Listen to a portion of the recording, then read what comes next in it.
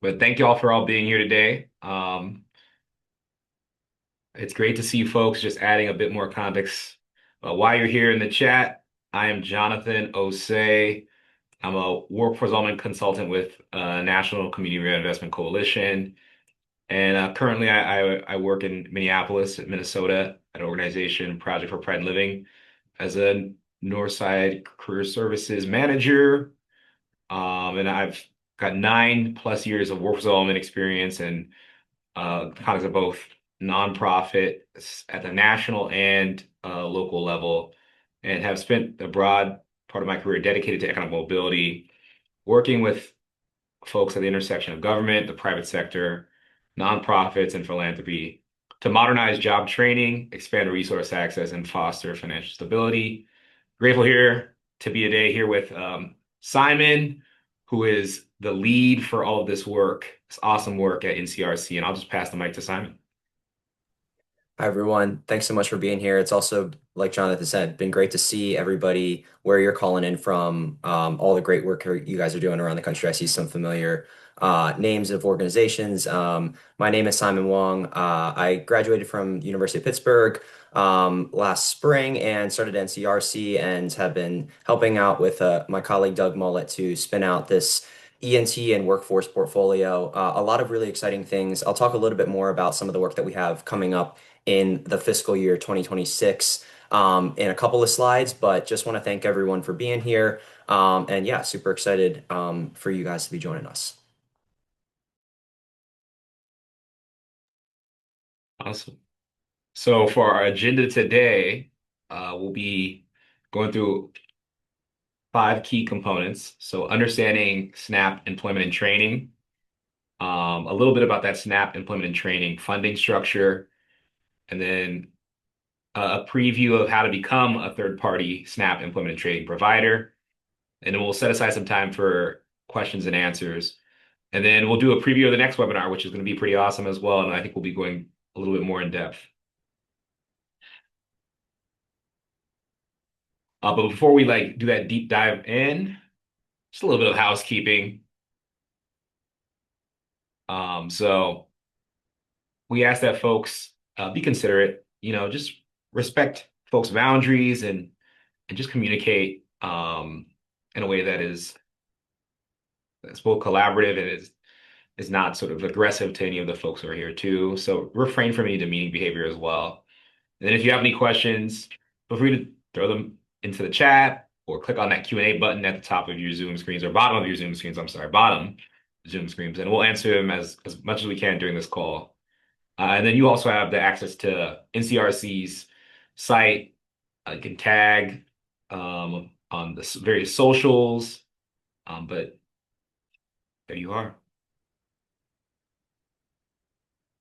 So our objectives for today are really to understand what SNAP employment and training is, how it is funded, its structure, where to find out more information about the program in your specific state.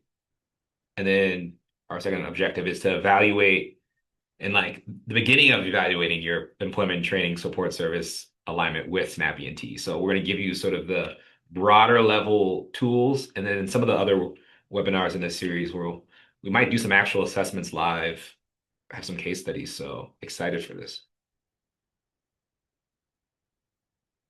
So I definitely just want to acknowledge just the current state of the ecosystem that we're all in as leaders within our organization, as citizens, as taxpayers. We may be noticing all of the different shifts that are happening when it comes to funder and partner priorities. This more with less conundrum, which is not necessarily new to the nonprofit sector, but it seems to be heightened by the current conditions, the uncertainty, and then also for many existential threats, whether it be from the funding, whether it be from um, priority shifts around equity, inclusion, and diversity. So just want to acknowledge that before we go jump in. And also want to say what we hope to have in this conversation is one that shows you that there is a way forward with the current funding that is available, and really excited to be a part of this webinar today, and I'll pass the mic back to Simon to give you a little bit more of the NCRC context on the SNAP E&T. Yeah, no, thanks, Jonathan. I don't want to spend too much time talking about the other projects and opportunities that we have related to E&T and economic mobility. Don't want to take away too much from that during today's webinar, but just to kind of give you a sense of the bigger picture of what NCRC has going on related to economic mobility. We've got a couple of cohorts going on around the country, one up in New England, where we're doing some work with providers and potential providers to help them overcome funding constraints and private capital concerns. And then we're also doing some training with some organizations down in the state of Kentucky who are getting some assistance with us and one of our partner organizations to become providers. So these are the types of opportunities we're hoping to help extend to more and more people, opportunities to learn not only about E&T, but also about some of the other opportunities to enhance economic ability for the people you're serving, the communities you're serving. So yeah, excited. Please keep an eye out for those. And I'll pass it back to you, Jonathan, so that you can kind of get us rolling with some of the basics about E&T. Right on.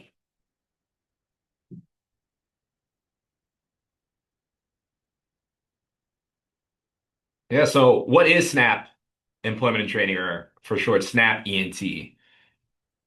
Well, SNAP E&T is a federal workforce development program administered by the USDA, federal policy set by the Food and Nutrition Service, to help SNAP participants gain skills, training, and work experience.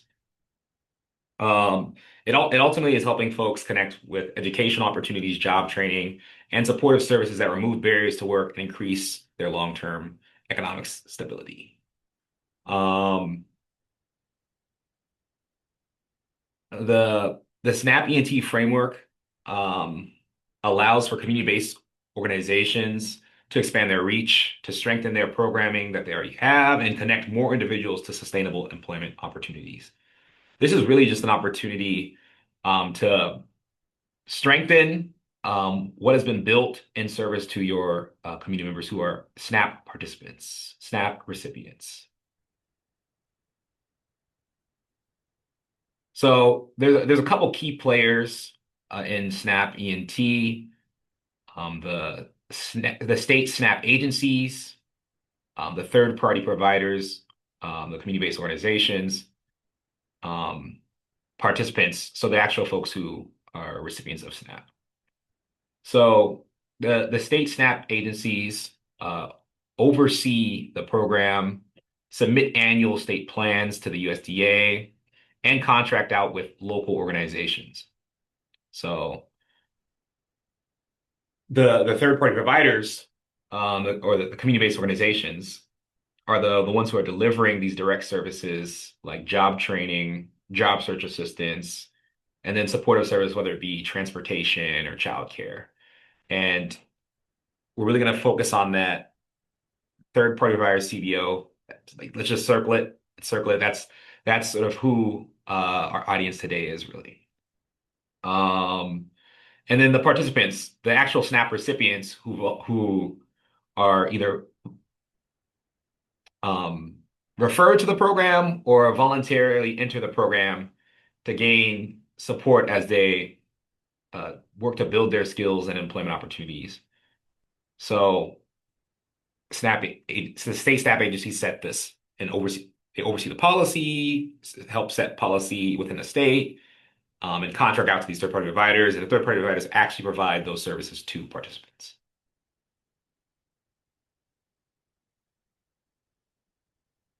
So let's talk some more about this SNAP E&T funding and like this sort of state level overview. So SNAP E&T, as we said, is funded through the USDA Food and Nutrition Service, who gives a set amount of money out to each different state every year for SNAP E&T. These are so when it comes to this 100% funds, the formula grants to state, these are automatic annual funds that USDA gives states based on a formula. States don't necessarily apply for them, but they receive them every year to run the core parts of their SNAP E&T programming. Um, and this amount is based on a formula not competitive, so not an RFP, meaning every state automatically receives the funds according to factors like the state population, the SNAP participation goals, and then historical funding levels. So this money is called at 100% funds that go out to states. And then there's the 50/50 reimbursement funds. We'll talk a little bit more about that in the next slide. But as I said, states ultimately determine the funding flows to the local partners, the colleges, and CBOs. So states are really, really key in deciding where this funding is going. And this funding is going to support administrative and direct program services costs.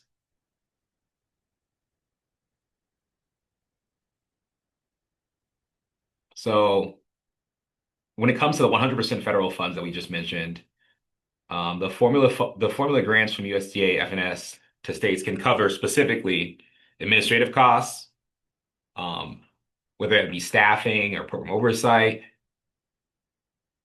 direct program costs, so that vocational training, that one-to-one job coaching, those sort of elements. But it cannot be used for participant support services. So whether it be transportation, equipment, or childcare, things like that. And each state receives a fixed annual allocation. So this is a capped amount that states receive.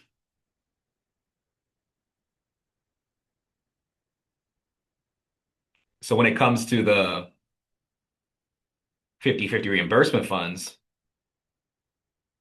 and yes, this presentation will be sent out after this training. So thank you for that question, Drew. When it comes to the 50/50 reimbursement funds, states are reimbursed by the USDA for 50% of eligible non-federal spending. So the funds support administrative costs, direct program service costs, and then participant supports. So I think that's going to be that key difference that you'll see in the 50/50 reimbursement, outside of also being a reimbursement and not a capped allocated fund. So there are supports for transportation, equipment, books, childcare, like license, etc., things like that that help. So in this case, the uncapped amount allows for a non-federal match to the states and the partners. And states can maximize these 50/50 funds by partnering specifically with these third-party providers, community-based organizations, community colleges, vocational programs, and even employers. So if you see up top, there's a picture with a little structure. So the non-federal funds, they go to the state SNAP agency, FNS reimburses that 50%, and it goes to the third-party providers. So it's very key that there's that 50/50 reimbursement, which it allows to match non-federal spending.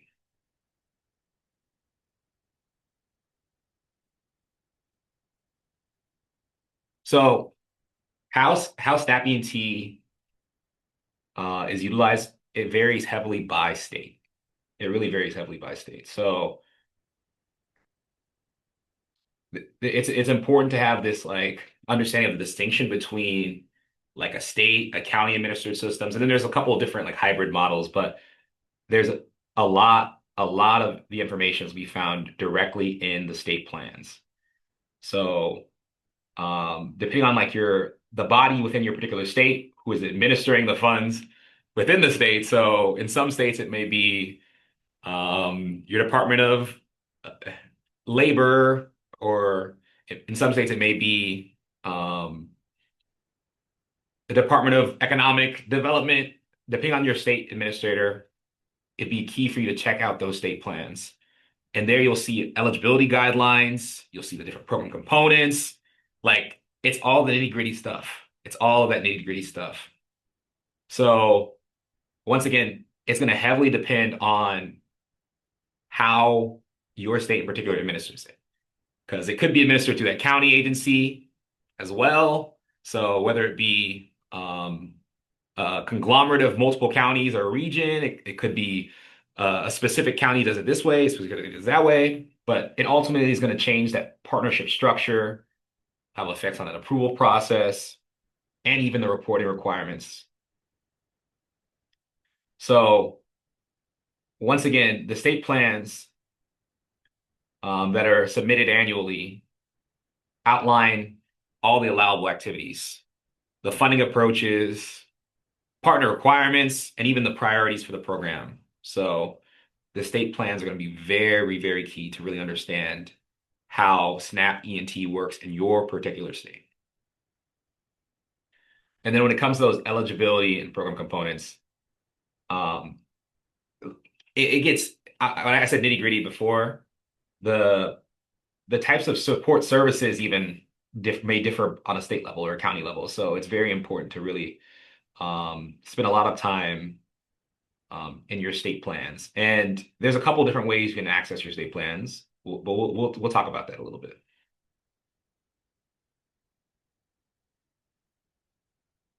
Okay, so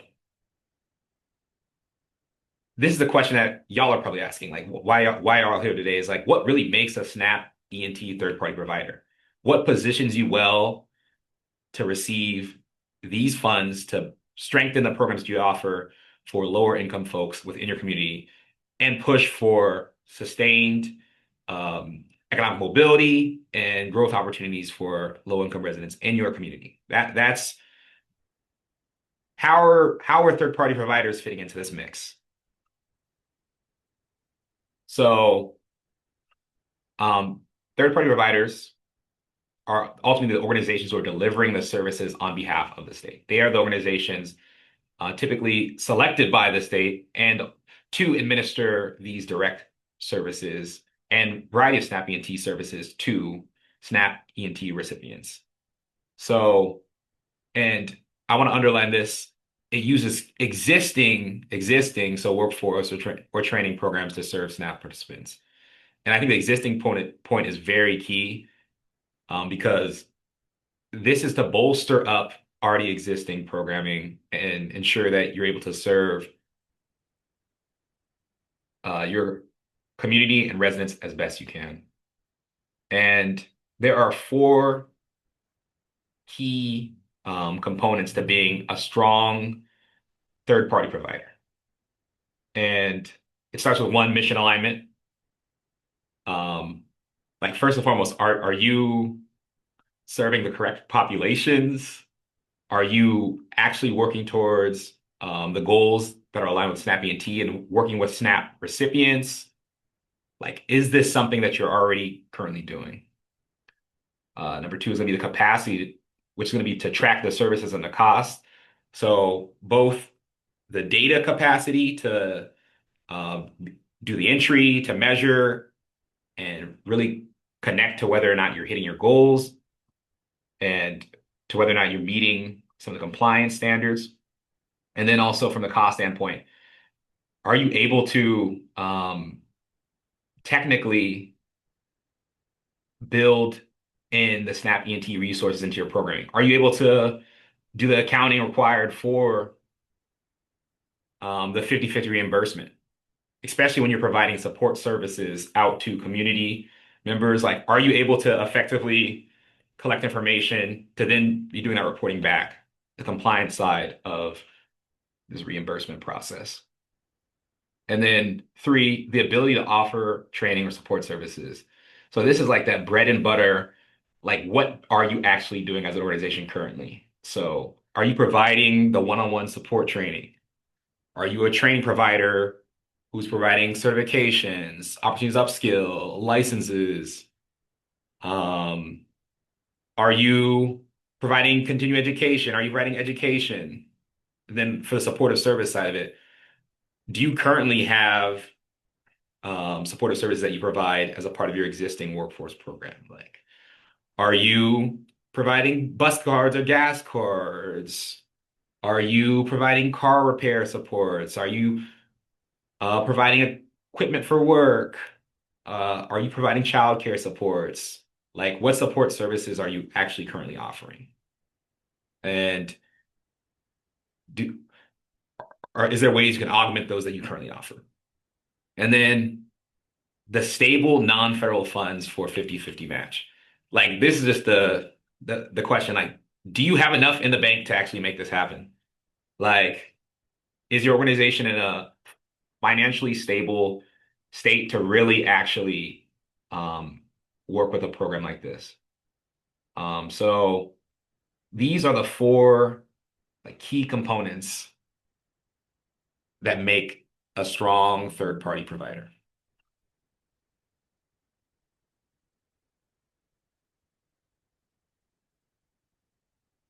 Okay, so say you have all four of those key components. Say you're well positioned to be a third-party provider. How can organizations leverage that SNAP E&T to really serve the residents in the community in a way that builds towards the goals of economic mobility?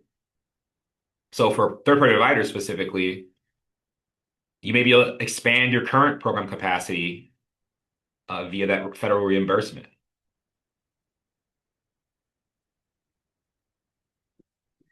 meaning that you may be able to add on additional staffing.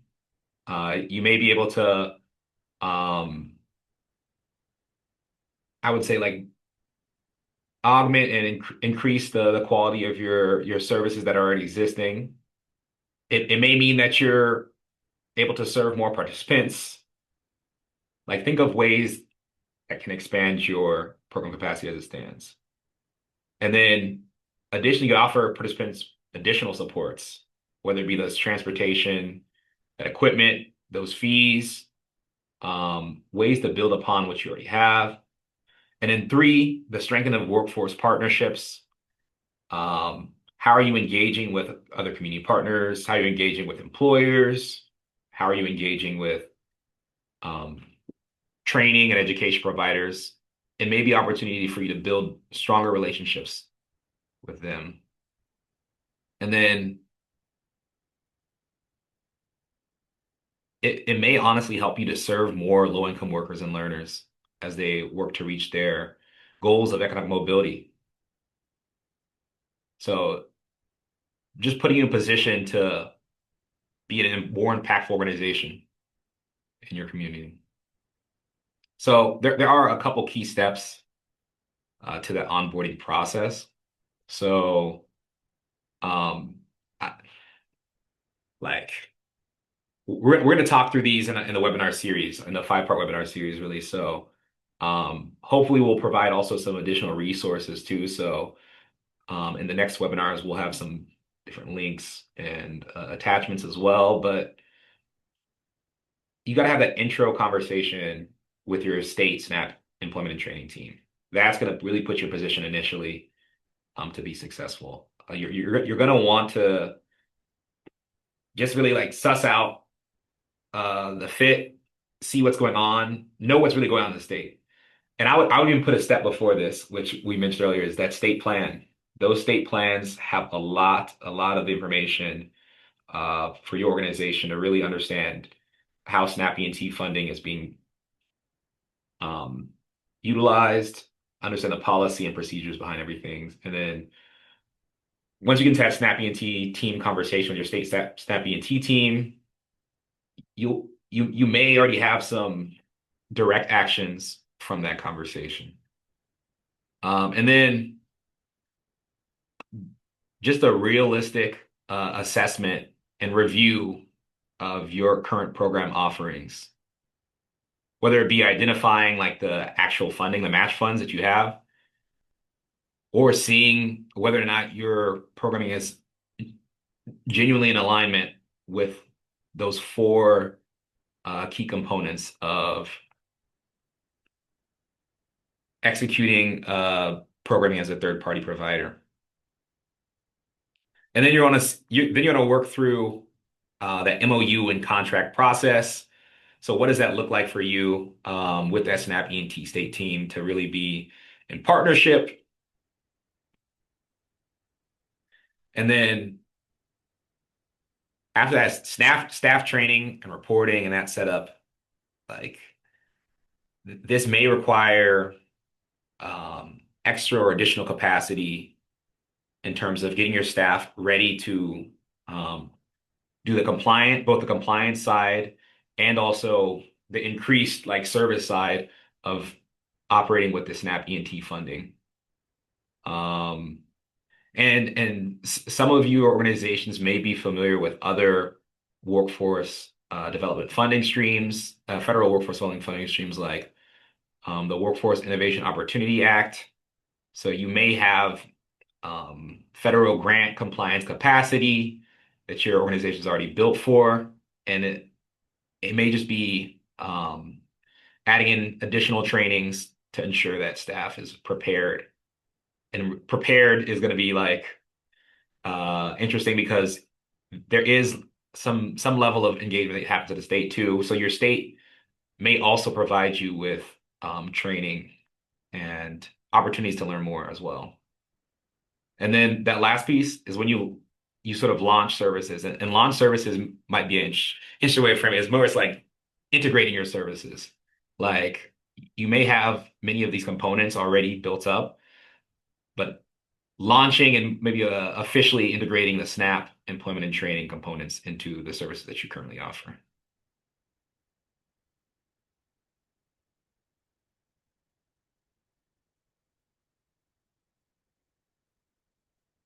So just a little bit of a review. But becoming a SNAP E&T third-party provider is really going to um, require you as a community organization or as a third-party provider, community-based organization to understand how your specific state, how your county, however the system works in your state works, and this will require interacting directly with the annual plan, which defines the specific activities and the funding, interacting directly with the SNAP E&T state liaisons or county liaisons. And then when it comes to eligibility, understanding those four key components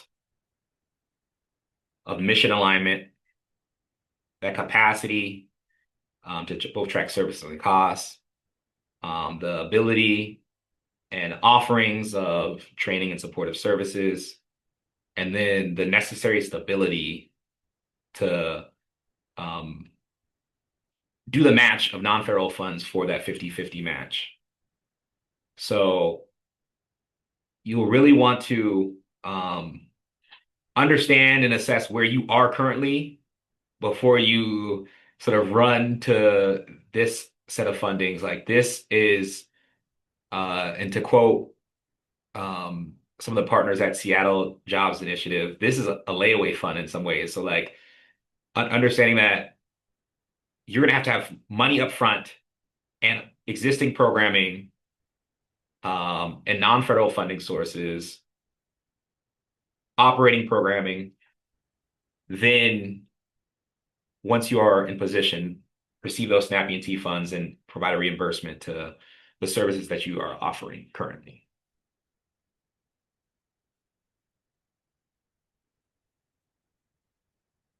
Okay, so that was a lot of me talking, but I have a question for folks, a poll question. Where are you currently in your SNAP E&T journey? And then I saw some folks in the chat. Somebody mentioned they had done SNAP E&T in the past and they're interested in re-engaging. I saw folks say you're a manager. So really just interested in hearing where folks are right now.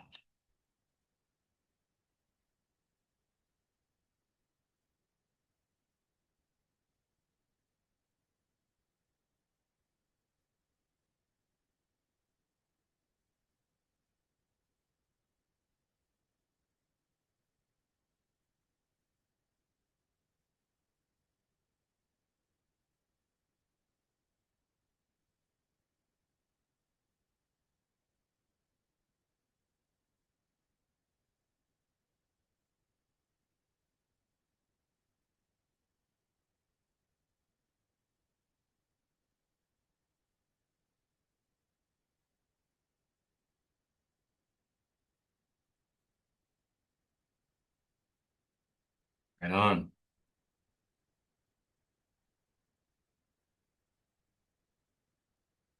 Wow. Okay. So a little over 60% of y'all are interested in, don't know how to get involved. Um, I see one of y'all have utilized SNAP E&T in the past. I see some folks have ongoing programming. So this is really like uh, a room that is like heavily leaning in that interested and developing and ongoing and figuring out eligibility. So one thing I'll say is this webinar series will have some really good nuggets and practical nuggets, and hopefully we'll bring on some panelists as well who've done this process for y'all, so you can talk through, ask questions, and really understand what it takes to be a third-party provider of SNAP E&T programming. Okay, but before that, I want to see if y'all have any questions for either me or Simon. Um, we really appreciate y'all just like answering that question and sharing with us a little bit about where y'all are currently.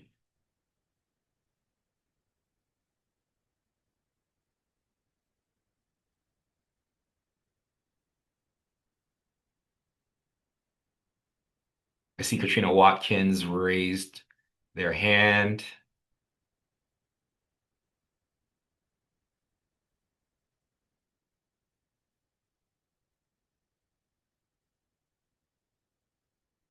Hey Katrina, if you could put that question in the chat or in the question, we may be able to get your voice, but let's see.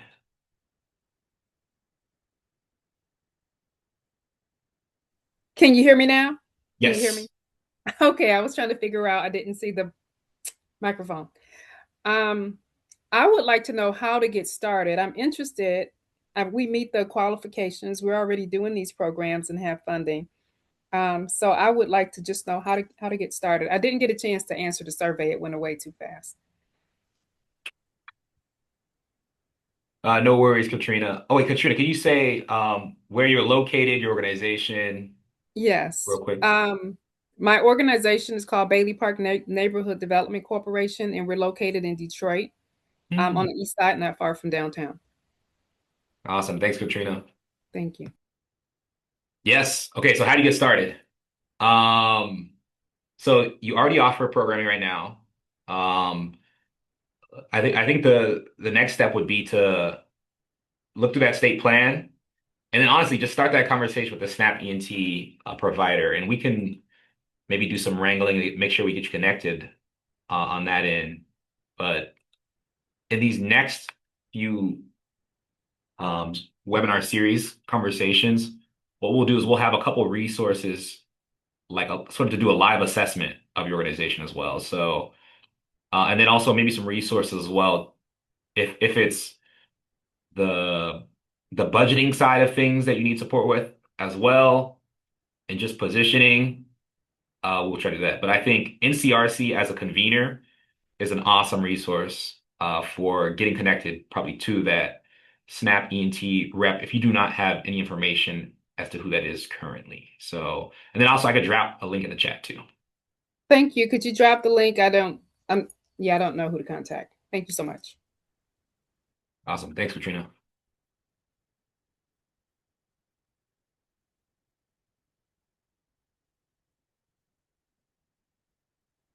Any other questions?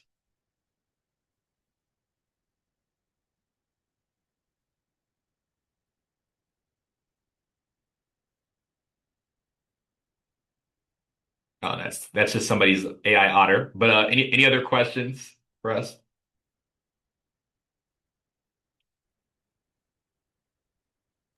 Jonathan, we got one that popped through in the Q&A from Terrence.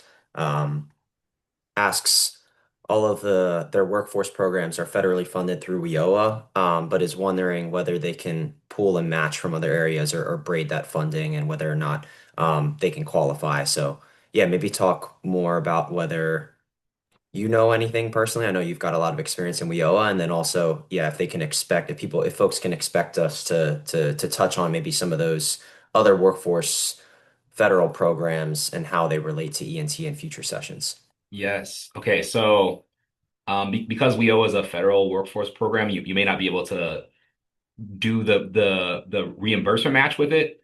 But this is where being very attuned to some of your state and regional funding can be very beneficial to you. So if you're an organization that has funding from whether it be corporate philanthropy, from um, other foundations, from the state, regional workforce, or other different economic development bodies in your area, it may be worth it to try to braid and blend that funding to support your services. Um, but like from a do you qualify standpoint, I definitely can't answer your question without seeing maybe some your budget or seeing how things are working on that end. But like there are ways that you may be qualified. So I wouldn't put it past it, Terrence. Wouldn't put it past you. Any other questions from folks? Yeah, how does one find out if their org qualifies for SNAP E&T?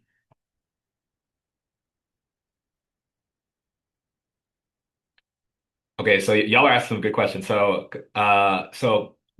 Essentially, we'll share a couple resources in this next upcoming webinar, which I'll preview in a second, on finding out like the capacity side of like whether or not you qualify for SNAP E&T. So hopefully the resource we share out in that next webinar will be pretty helpful and just having like a broad understanding of if you qualify. And then um I think I see Katrina's question in the chat, which is if the funding is braided and blended, what is the example of how that looks? So I'm really hoping we could bring on a panelist to talk through that braiding and blending more specifically, because this is like sort of a tactical tool you can use to ensure that you're basically accounting for your staff, you're accounting for all the service you're offering, you're still hitting your impact and your compliance goals, but your funding is able to be utilized for to really support your programming. So we have a couple folks who may have some specific examples that can really ignite your thinking about how you can do that. But when it comes to that question about how do you see if you're qualified or if you're prepared, we'll have some tools really that will have a broader understanding. So you see outright, like I've assessed that my organization is here, we're positioned here, we have this, we offer these programs currently, and basically just to do a cross checklist with them. So stay tuned for that. But I'm really liking these questions. Well, definitely excited to see how we can answer these. I see another Q&A question. Oh yeah, no problem, Dion. And then Drew, it sounds like each state decides how they want to use SNAP E&T funds. Is there a way to pitch an idea if it fits a broader definition of SNAP E&T at the federal level, but may not actually be reflected on the state level? So yes.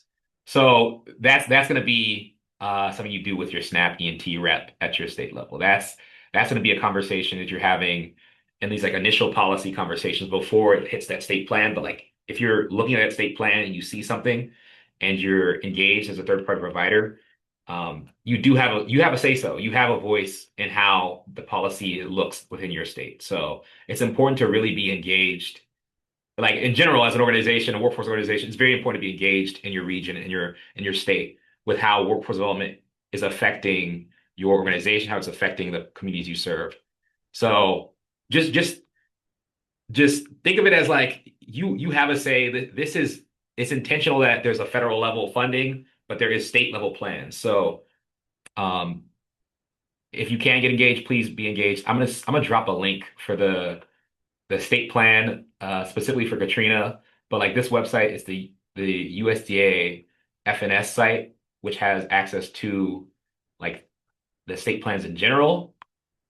Um, and this is just like a little Oh, Simon, I can send it to you right now, Simon, so you could show folks, I guess. But it's just like the general website. It helps you get like the general inquiry out there, but there's probably an individual like email contact that you really need to get to really talk to somebody about this though. But let's see.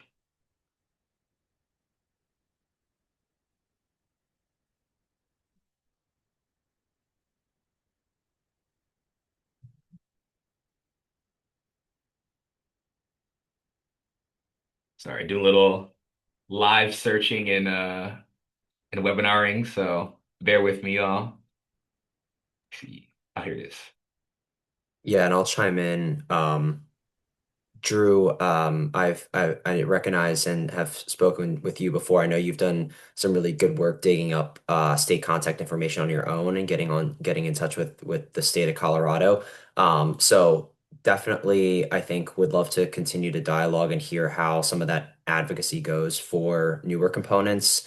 Relatedly, in some of the other work that we're doing this year, we are looking and helping the state of Arizona with a new component for them that is the self-employment training component. So I think we are also actively learning a little bit more about how those conversations go and how they vary by state. But definitely an awesome question to be thinking about. And like Jonathan said, I think you do have a say, and we encourage you guys to use your voices and to tap us and to get in touch with us when possible or when you think we could be helpful. We're happy to help support.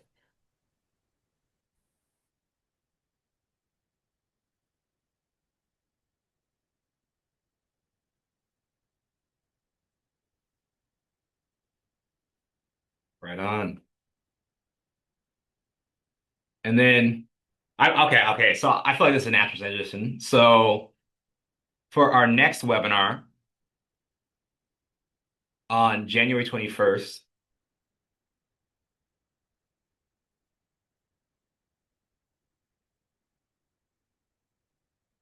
the second in this five-part webinar series, we'll be discussing assessing capacity. So the infrastructure and staff requirements for SNAP E&T success. So many of y'all are asking questions about how do I determine if I qualify? How do I know who to contact? Hoping that we can bring on someone who has gone through these processes specifically to help just give you some like I would say like some realness about like what that process actually looks like. So it's like, okay, so yeah, it is kind of difficult to find the Snap E&T rep in this state. It might be like, oh, once you get in connected, this might work. So we actually do know a couple regional coordinators. So I know NCRC has worked with a few. So depending on the state, Julietta, but we'll do like a general assessing capacity, infrastructure, and staff requirements for Snap E&T success in this January 21st webinar. Have a few examples of how it works in a couple of specific states, maybe via case study or via panelist. But really want to just offer up NCRC as a resource on Snap E&T, and I'll drop the NCRC site pretty soon into the chat because there's a ton of resources that NCRC is building right now as it stands. So appreciate y'all and really want to ensure that if you have any questions, specific questions and like insights that you'd love to see in this next webinar too, that in the survey following this webinar that you also enter in some of those pieces too, because we want to make sure that these webinars are meeting your specific needs and putting you in a position to be a successful third-party provider.